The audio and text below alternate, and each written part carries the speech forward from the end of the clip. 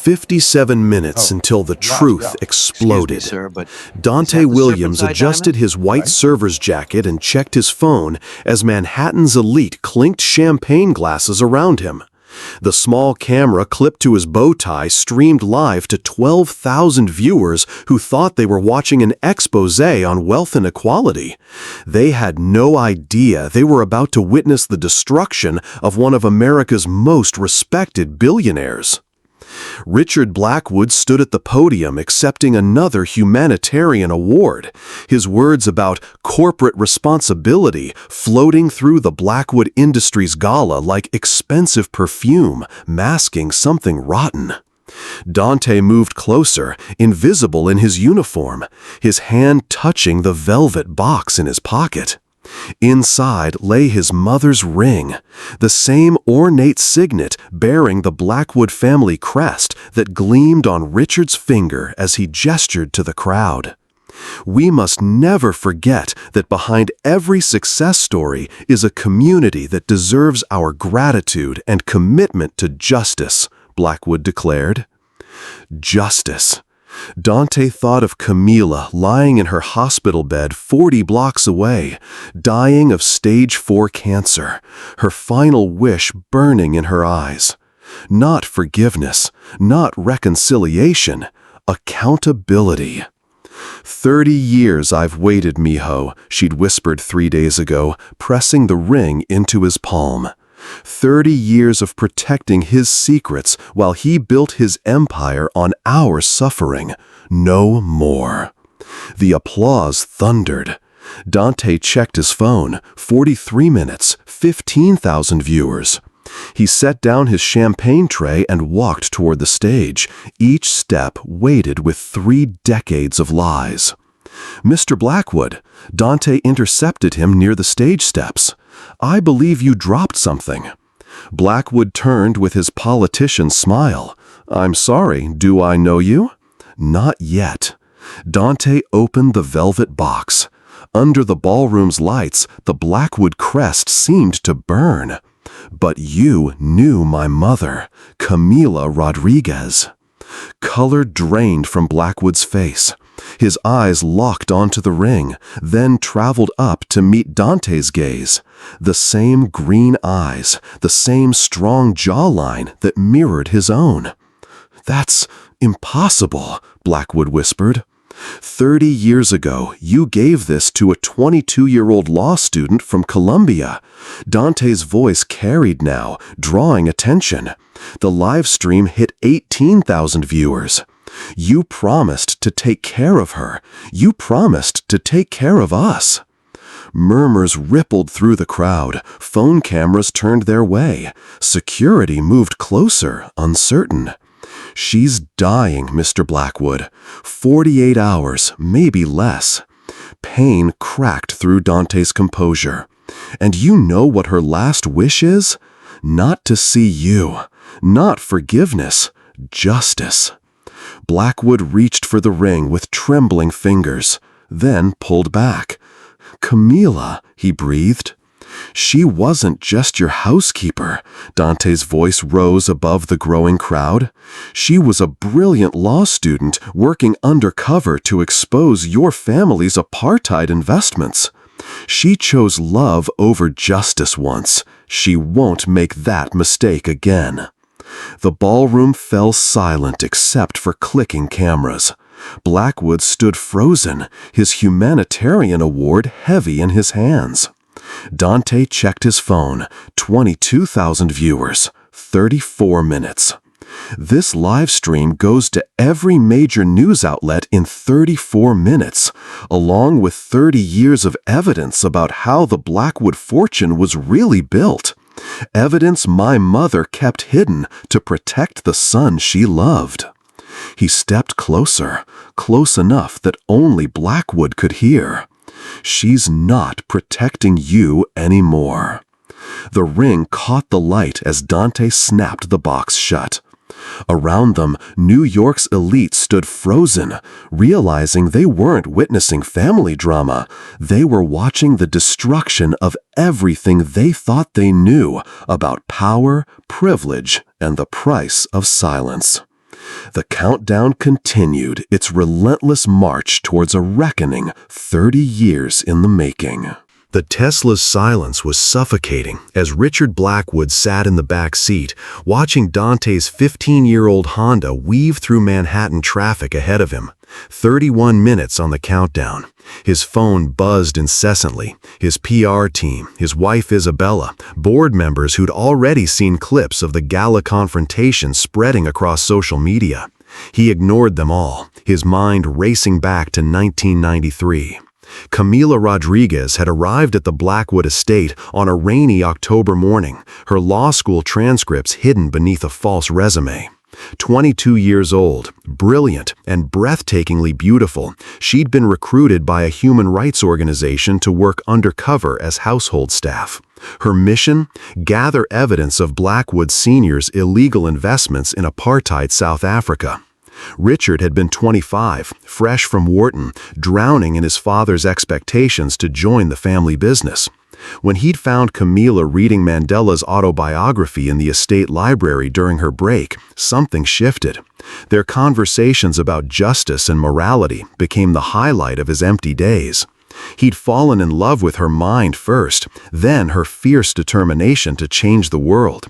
She'd fallen for his potential to be different from his father.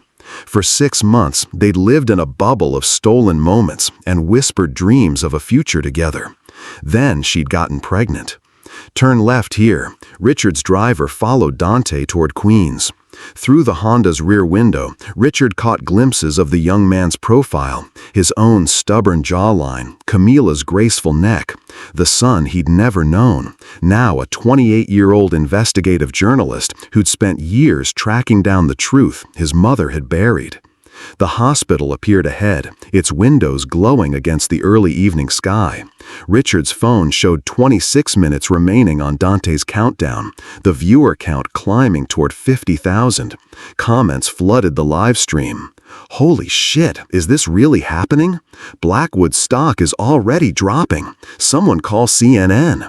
Inside St. Mary's, fluorescent lights buzzed over worn linoleum floors that couldn't have been more different from the marble and crystal of the gala they'd just left.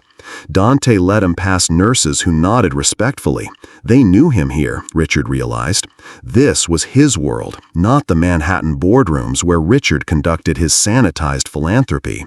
Room 314 was at the end of a long corridor. Through the doorway, Richard saw her. Camila had been beautiful at 22. At 52, ravaged by cancer, but with her dark eyes still blazing with intelligence, she was magnificent. She sat propped against pillows, a laptop balanced on her legs, her fingers flying across the keyboard with the same intensity she'd once brought to law books. 23 minutes, Richard, she said without looking up. Her voice carried the same slight accent that had made his name sound like music 3 decades ago. "I wasn't sure you'd come." "Camila, Isabella knows." She finally looked at him, and Richard's world tilted. Those eyes held no hatred, no bitterness, only a terrible, calm certainty. "Your wife has been investigating your family's money for 8 months. Very thorough woman. I like her." Richard's legs nearly gave out. "What? Maya too. Your daughter's been researching the family history for a school project on generational wealth." Camila's smile was razor sharp. "Brilliant girl. Reminds me of myself at that age." Dante moved to his mother's bedside, his hand covering hers on the laptop. "Show him, Mommy." The screen displayed a sophisticated website, the Blackwood Files. Bank records, shipping manifests, correspondence between Blackwood Sr. and apartheid officials, 30 years of meticulously gathered evidence that would destroy not just Richard's reputation, but potentially land him in federal prison. "I never stopped being a lawyer, Richard." Camila's voice was gentle, almost kind. "I just changed my practice. Immigration law, mostly. Helping families like mine who've been destroyed by men like your father. But the housekeeper job, was real. I needed to survive, to raise our son, she gestured to Dante. But I also needed to understand exactly how deep the corruption went. Your father didn't just invest in apartheid, Richard. He helped finance the displacement of thousands of families, including mine. The words hit like physical blows. Richard sank into the room's single visitor chair, the humanitarian award still clutched in his hands. My father was murdered in Colombia in 1987, Camila continued, a village organizer who opposed foreign mining operations. I was 18, already in law school on scholarship. I thought it was random violence until I started working for your family. She pulled up another document, a death certificate with Blackwood Industries letterhead in the corner. Your father's company financed the mining operation, the same company that's now worth $12 billion under your leadership. 20 minutes on the countdown. The live stream had hit 75,000 viewers. Richard's phone buzzed with a text from Isabella. Coming to hospital. Maya's with me. We need to talk. He looked up to find Camila watching him with something almost like compassion. Your wife and daughter aren't your enemies, Richard. They're trying to save your soul before it's too late. Outside in the corridor, footsteps approached. The final pieces of Richard's carefully constructed world were about to walk through that door. Isabella Blackwood swept into the hospital room like a force of nature, her 17-year-old daughter Maya close behind. Richard's wife still wore her gala gown, but her diamond jewelry was gone, stripped away like armor she no longer needed. 18 minutes, Maya announced. Dad, your board is in emergency session. They're voting on your removal. Richard stared at his daughter. She looked nothing like the privileged teenager who'd rolled her eyes at his speeches about social responsibility. Her face held the same fierce determination he'd once loved in Camila. How long have you known? He asked. 8 months, Isabella replied, settling into a chair beside Camila's bed. Maya's school project on generational wealth led us to some interesting discoveries about where our money really comes from. The two women shared a look of mutual respect that made Richard's chest tighten. His wife and his former lover, united in their pursuit of truth while he'd remained willfully blind. We've been meeting regularly, Camila said, pulling up another screen on her laptop. Your wife is quite the investigator. She found connections I'd missed. Isabella leaned forward. The Blackwood Foundation, the one you're so proud of, it's been laundering money for years. Current operations, Richard, not just your father's crimes. The humanitarian award slipped from Richard's fingers, clattering to the floor. That's impossible. You review what your CFO shows you, Maya interrupted. Dante helped us trace the real money flows. Your foundation takes dirty money from defense contractors and turns it into clean, charitable donations. Dante stood by the window, his live stream count approaching 100,000. 15 minutes, he said quietly. The evidence release is automated. I can't stop it now, even if I wanted to. Richard's phone exploded with calls, stock price alerts, emergency board meeting notifications, text messages from senators and CEOs who'd been at the gala demanding explanations. You have to understand, he said desperately. I never knew about the foundation laundering. You trusted because it was easier than looking. Camila's voice was gentle but merciless. The same way you trusted your father's money was clean. The same way you abandoned me because facing your family's racism was too hard. The words hung in the air like a death sentence. Richard's son Marcus appeared in the doorway, still in his tuxedo from the gala, his face pale. Dad? Marcus stepped into the room, his eyes taking in the scene. Is it true, what they're saying online? Richard looked at his 20-year-old son, the legitimate child who'd grown up with every advantage while Dante fought for scraps. Marcus had his mother's blonde hair, but Richard's eyes, and in them Richard saw the same moral confusion he'd felt at that age. "Marcus, this is your brother," he said simply. "Dante." The two young men stared at each other across the small room. Half-brothers, separated by wealth and race and 30 years of lies. "I know," Marcus said quietly. "I've been following his journalism for months. His investigation into prison reform? It's brilliant." Dante's eyebrows rose in surprise. "I'm not an idiot, Dad," Marcus continued. "I've known something was wrong with our money since I was 12. The math never added up. Grandpa's investments couldn't have grown that fast without something dirty." Isabella's phone buzzed. "The Times is calling, Washington Post, CNN, they all want statements." 12 minutes, Maya announced. Camila closed her laptop with a decisive snap. "Richard, you have a choice. You can spend the next 12 minutes trying to save your empire, or you can spend them deciding what kind of man you want to be when this is over." "There won't be anything left when this is over," Richard said. "Good," Camila replied. "Maybe then you can finally build something worth having." Through the window, Richard could see news vans arriving in the hospital parking lot, reporters with cameras ready to capture his fall from grace. His phone showed missed calls from the governor, 3 senators, and the attorney general. Maya pulled up the live stream comments on her phone, reading aloud. "Anonymous sources confirming federal investigation already underway." She looked up. "It's not just about exposure anymore, Dad. It's about prison time." Richard felt the walls closing in. 30 years of willful blindness, of taking the easy path, of letting others handle the dirty details while he played philanthropist. The reckoning Dante had promised was here, and there was nowhere left to run. "What do you want from me?" he whispered. Dante checked his phone one final time. 10 minutes. "I want you to choose your family over your money. I want you to choose truth over comfort. I want you to be the man my mother thought you could be." The countdown continued its merciless advance toward zero, and with it, toward a future none of them could predict. 8 minutes. The hospital room erupted as Richard's phone rang. His CFO panicked. "Richard, the FBI just raided our offices. They have warrants for everything." Camila's monitor beeped frantically as her heart rate spiked.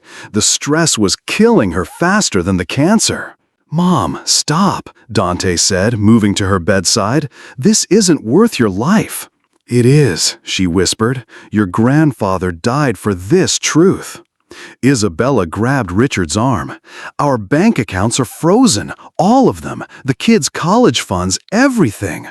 Maya looked up from her phone. "Twitter's exploding. Hashtag Blackwood Files is trending worldwide."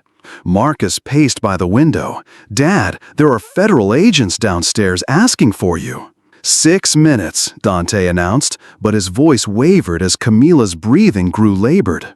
The laptop screen showed new evidence uploading automatically, wire transfers, assassination orders, decades of systematic corruption that went far beyond apartheid investments.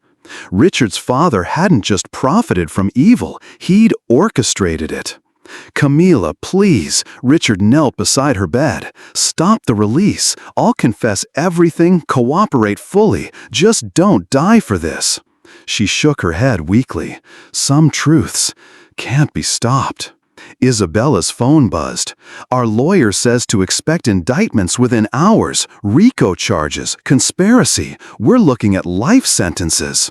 "Good," Maya said quietly. Everyone stared at her. "I'd rather have a father in prison for doing the right thing than a free father who's a criminal." Marcus nodded. "Same." Dante's live stream hit 2 million viewers. News helicopters circled overhead.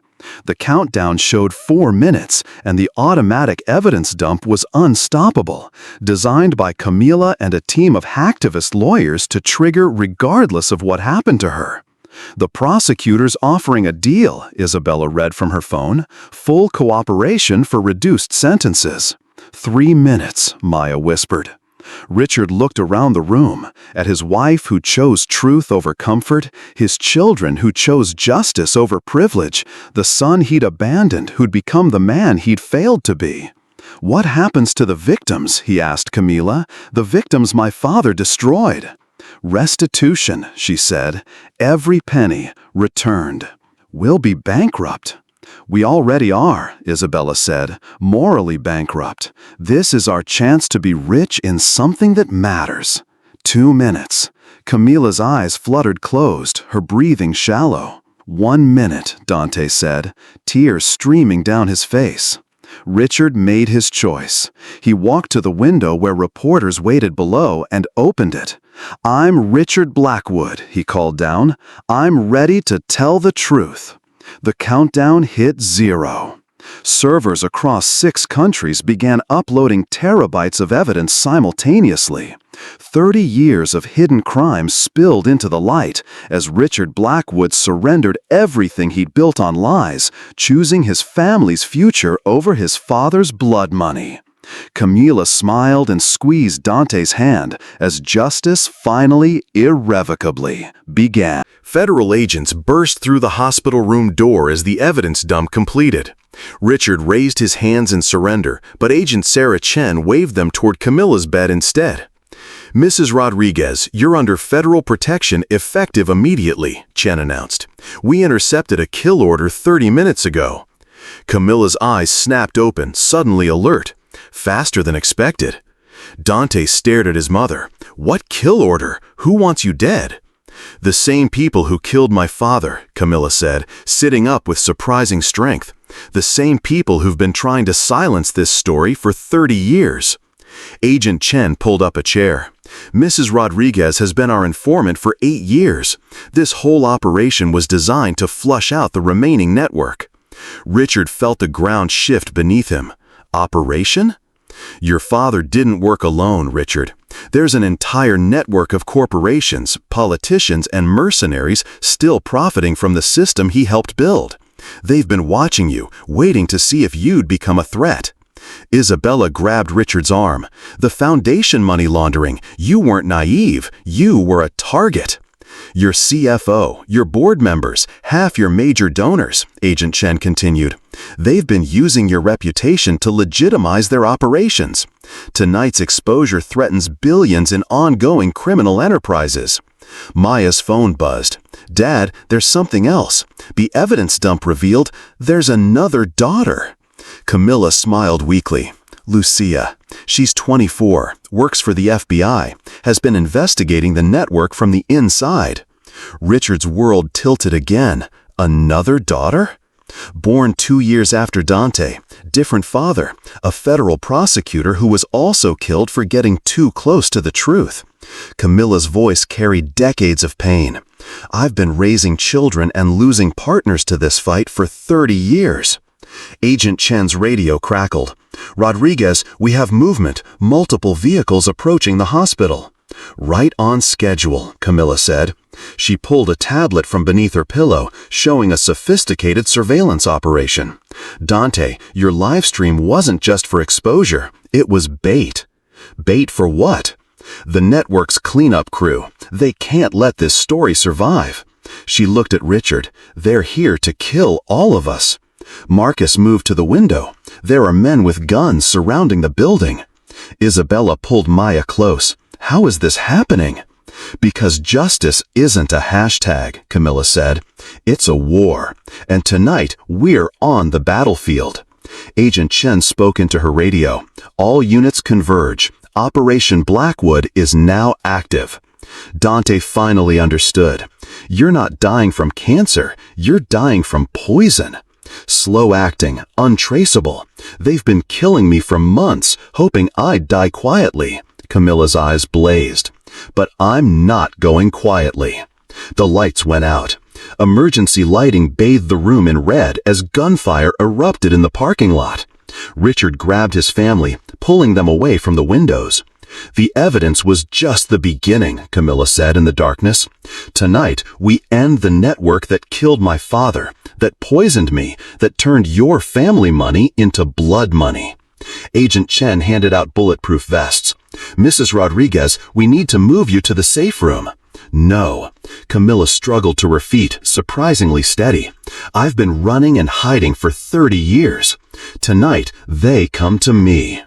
Richard looked at this woman he'd loved and abandoned, this brilliant strategist who'd turned her own death into a weapon against corruption. "What do you need from us?" "I need you to be the family I always hoped we could be," she said. "I need you to fight." Outside, federal agents engaged the network's mercenaries in the largest domestic counterterrorism operation in years. Inside, the Blackwood family, legitimate and illegitimate, wealthy and abandoned, prepared to stand together against an enemy that had shaped their lives for 3 decades. The real battle was just beginning. The hospital's backup generators hummed as Agent Lucia Rodriguez appeared in the doorway, assault rifle in hand and FBI tactical gear replacing her cover as a corporate lawyer. "Mom," she said, embracing Camila quickly, "you look terrible." "Poison will do that," Camila replied. "Lucia, meet your half-brothers." Dante and Marcus stared at their sister. Camila's eyes, Richard's stubborn chin, and the calm professionalism of someone trained to kill. "Family reunions later," Lucia said. "Right now we have 12 mercenaries in the building and more coming. The network's in full panic mode." Agent Chen coordinated over radio, while Richard helped Camila into body armor. The evidence dump crashed 3 foreign banks and triggered 14 federal investigations. "They're burning everything." "Including us," Isabella said, checking her phone. "The news is calling this a terrorist attack. They're spinning us as the criminals." Maya pulled up social media. "Not everyone's buying it. #Justice for Camila is trending. People are sharing the evidence faster than they can suppress it." Gunfire echoed closer. Marcus grabbed a medical cart, barricading the door. "How long until backup arrives?" 20 minutes, Chen replied. "We need to hold position." "Or we go on offense," Lucia said. She turned to Richard. "Dad, and yes, DNA confirmed it, I need to know, are you with us or against us?" Richard looked at his daughter, this stranger who'd inherited his business acumen and Camila's fierce sense of justice. "What do you need?" "Your company's security codes. The network's using Blackwood Industries' private servers to coordinate the attack. If we can access them—" "I can get you in," Marcus interrupted. "I've been hacking Dad's systems for years, trying to find evidence of the corruption." Dante smiled at his half-brother. "Guess we're both investigators." The door exploded inward. Smoke filled the room as masked figures poured through. Lucia moved like liquid lightning, dropping 2 attackers before they could raise their weapons. "Move!" she shouted. The family clustered around Camila's wheelchair as they fought their way through hospital corridors lit by muzzle flashes.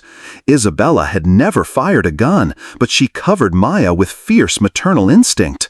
Marcus used his laptop to disable electronic locks, clearing their path. "The server room's in the basement," Richard called out, leading them through service corridors he'd memorized during company meetings held here. They reached a reinforced door. Marcus's fingers flew over his keyboard while Lucia and Chen held off pursuers. "Almost got it. There!" The door hissed open, revealing a room filled with humming servers, the digital heart of Blackwood Industries' operations. "Jesus," Dante whispered, seeing the screens. "They're coordinating attacks on journalists, witnesses, federal agents. This is a massacre." "Not if we stop it," Camila said. She pulled a flash drive from her wheelchair. 30 years of programming. This virus will expose every transaction, every communication, every crime. Marcus plugged it in. "Uploading now." Across the globe, the network's digital infrastructure began collapsing. Bank accounts frozen, communications severed, assassination orders exposed in real time as governments worldwide watched the feeds. "It's working," Maya breathed, watching her social media explode with evidence streams. Richard held Camila's hand as the virus spread. "I'm sorry I wasn't brave enough to fight beside you from the beginning." "You're fighting now," she said. "That's what matters." Lucia's radio crackled. "All targets neutralized. Building secure. Federal backup is 2 minutes out." The shooting stopped. Emergency lights cast long shadows as the Blackwood family, all of them, stood together in the wreckage of a 30-year conspiracy. Is it over?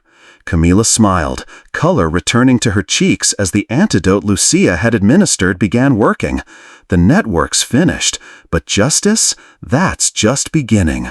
The real victory wasn't destroying their enemies. It was finding each other. 6 months later, Richard sat in a federal courthouse wearing a $15 suit from Goodwill, waiting for his sentencing. The man who'd once commanded boardrooms now lived in a Brooklyn studio apartment, taking the subway to his job at a nonprofit legal aid clinic. Camila entered the courtroom fully recovered and radiant in her prosecutor's robes. After 30 years, she was finally practicing law under her real name. Dante, Marcus, Maya, and Isabella filled the front row, a family forged through fire. Your Honor, Camila addressed Judge Martinez, the prosecution recommends community service rather than prison time for Mr. Blackwood. The packed courtroom murmured in surprise. Richard had expected life in prison. He has cooperated fully with all investigations, Camila continued. His testimony has led to 347 arrests globally and the recovery of over $8 billion stolen from victims. Most importantly, he chose his family over his fortune. Judge Martinez studied Richard. Mr. Blackwood, you were born into wealth built on blood. What do you have to say? Richard stood. I spent 55 years being a coward, Your Honor. My father built an empire on murder and theft, and I lived off it without asking questions because the truth was inconvenient. I abandoned the woman I loved and the son she carried because facing my family's racism was harder than taking their money. His voice grew stronger. But my children, all of them, taught me that integrity isn't inherited. It's chosen, every day. Lucia squeezed Dante's hand. Since the network's collapse, she'd transitioned from undercover work to heading the FBI's new corporate crime division. Marcus had dropped out of Harvard to study investigative journalism. Maya was organizing high school students nationwide to audit their family's wealth sources. The defendant, Judge Martinez announced, is sentenced to 10 years of community service, working exclusively with immigration families and corporate crime victims. All remaining Blackwood assets will be distributed through the Rodriguez Foundation for Justice. Richard nodded. Justice, not mercy. Outside the courthouse, reporters swarmed. CNN's lead investigator pushed through the crowd. Mr. Blackwood, do you regret exposing your family's crimes? I regret waiting 30 years to do it, Richard replied. What's next for you? Before Richard could answer, Dante stepped forward. He's working with us. The family business now is justice, not profit. That evening, the family gathered in Camila's modest Queens apartment for dinner. No servants, no crystal, just 7 people who chose each other over everything else. The foundation approved 50 more cases today, Isabella reported. She'd become the nonprofit's executive director. After liquidating her trust fund, families displaced by corporate mining operations. We're funding their legal representation. The documentary's almost finished, Dante added. He'd spent months interviewing network victims globally, turning their story into a film about corporate accountability. Marcus looked up from his laptop. And my investigation into defense contractor money laundering just got picked up by the Washington Post. Maya grinned. My classmates have identified 12 more family fortunes with suspicious origins. We're calling it the Blackwood Challenge. Camila watched her children, biological and chosen, with quiet pride. Your grandfather would have been amazed. One ring, carrying 30 decades of pain, transformed into this. Richard pulled the signet ring from his pocket. Once a symbol of inherited corruption, it had become something else entirely. Who should carry it now, he asked. Without hesitation, everyone pointed to Camila. Justice belongs to the person brave enough to fight for it, Isabella said. Camila slipped the ring onto her finger, where it caught the kitchen light like a promise finally kept. Outside, Queens bustled with the lives of ordinary people pursuing extraordinary dreams. Inside, a family born from truth celebrated the hardest victory of all, choosing right over easy, love over fear, and each other over everything the world said mattered. The ring's curse was finally broken. 2 years after the courthouse, Dante adjusted his tie in the mirror of a hotel suite overlooking the Hudson River. Today was his wedding day to Elena, a human rights lawyer he'd met while investigating immigration detention centers. "You clean up nice," Marcus said, straightening his best man's boutonniere. The brothers had grown close through shared work on corporate investigations. Marcus's exposés had triggered reforms in defense contracting, while Dante's documentary had won an Oscar and changed federal prosecution guidelines. "Mom would have loved this," Dante said, touching the ring box in his pocket. Inside was Camila's signet ring, which he'd carry as something borrowed. "She does love it," Richard corrected, entering with Isabella. "She's downstairs crying happy tears while Maya fixes her makeup." Richard looked good, leaner from physical labor, grayer from stress, but lighter somehow. His community service involved building homes for families displaced by corporate crimes. His hands were callous now, but his eyes held peace he'd never known as a billionaire. "The foundation approved the Columbia Project," Isabella announced. "We're funding the construction of a school in your grandfather's village, Dante. It'll be named the Carlos Rodriguez Center for Justice Education." The wedding took place in the community center Richard had helped build in Queens.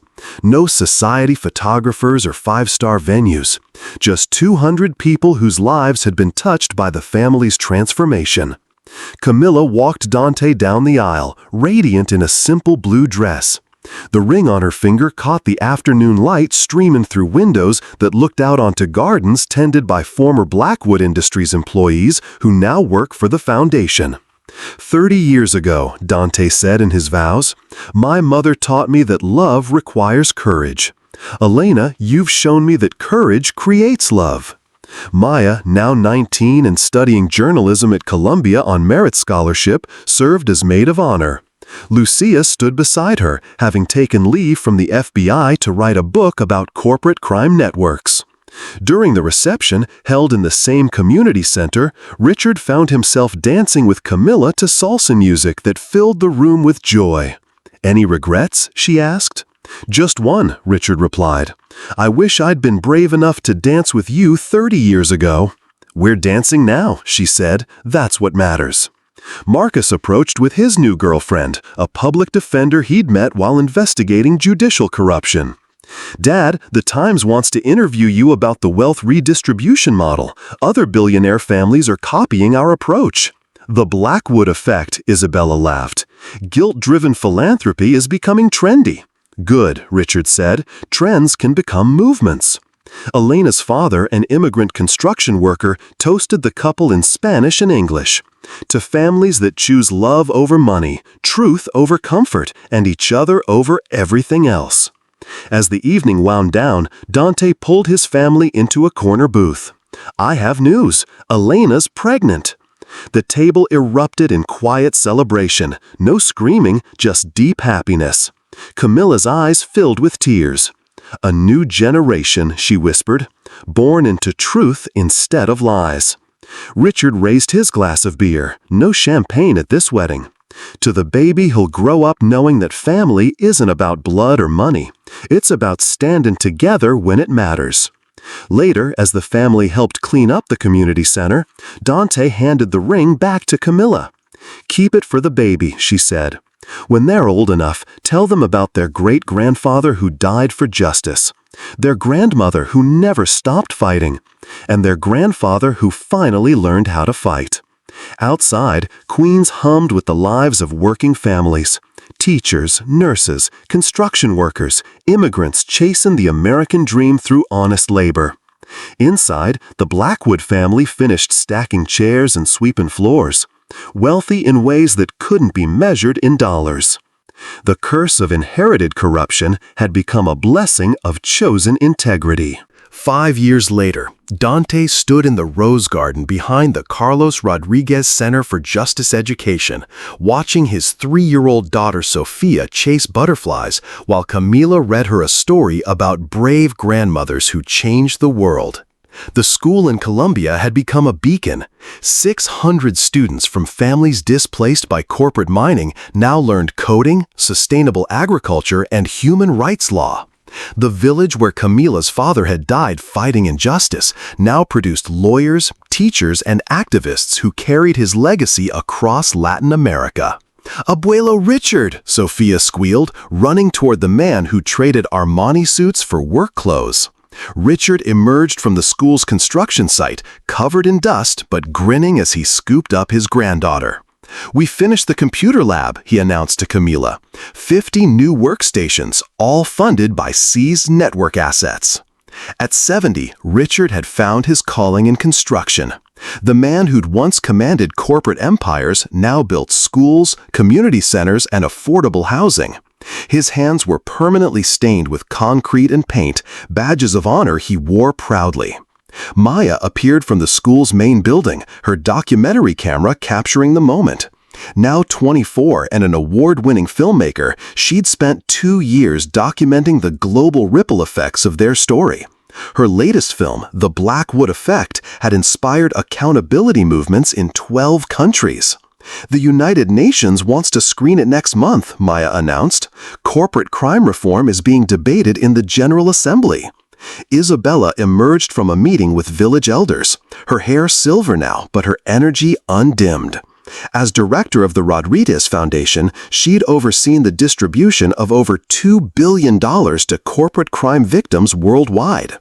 The legal aid clinics in Southeast Asia are officially funded. 40 more communities will have representation against mining corporations. Marcus jogged up from the village center, sweat-stained from his morning run. Now a Pulitzer Prize-winning investigative journalist, he'd exposed 17 more corporate networks. His latest investigation had triggered congressional hearings on inherited wealth and accountability. "The Senate passed the Corporate Legacy Act," he panted. "Companies have to audit their historical crimes and make restitution. It's based entirely on our model." Lucia arrived by helicopter, still FBI, but now heading the International Corporate Crime Task Force. 43 network affiliates arrested this week across 6 countries. The system Dad's father built is finally dead. The family gathered around a simple wooden table in the garden, the same table where village elders had once planned resistance against corporate destroyers. Now it hosted celebrations of justice achieved and communities rebuilt. Camila, 77 and still sharp as steel, pulled out the ring. Its surface bore new engravings, the names of villages rebuilt, families reunited, and children educated through the foundation's work. "Sophia," she said gently, placing the ring in her great-granddaughter's tiny palm. "This belonged to men who chose money over people. Then it belonged to a woman who chose people over safety. Now it belongs to you, a child born into a world where justice isn't just a dream." Sophia studied the ring with 3-year-old solemnity. "Pretty, bisabuela." "Yes, mija, but not because it's gold, because it represents love strong enough to fight for what's right." As sunset painted the Colombian mountains gold, the family walked through the village where Carlos Rodriguez had died fighting corporate oppression. Children played in streets once dominated by company trucks. Gardens grew where mining equipment had stripped the earth bare. "Your grandfather would be amazed," Camila told Dante as they paused at the memorial statue in the village center. A man with calloused hands reaching toward the sky, carved from stone donated by reformed mining executives. "Our grandfather," Richard corrected quietly. Through 5 years of shared struggle, he'd earned the right to claim Camila's father as family. The documentary crew had long since packed up. The media attention had faded. The world had moved on to new scandals. But here, in this village rebuilt by love and funded by justice, the Blackwood Rodriguez family continued their work.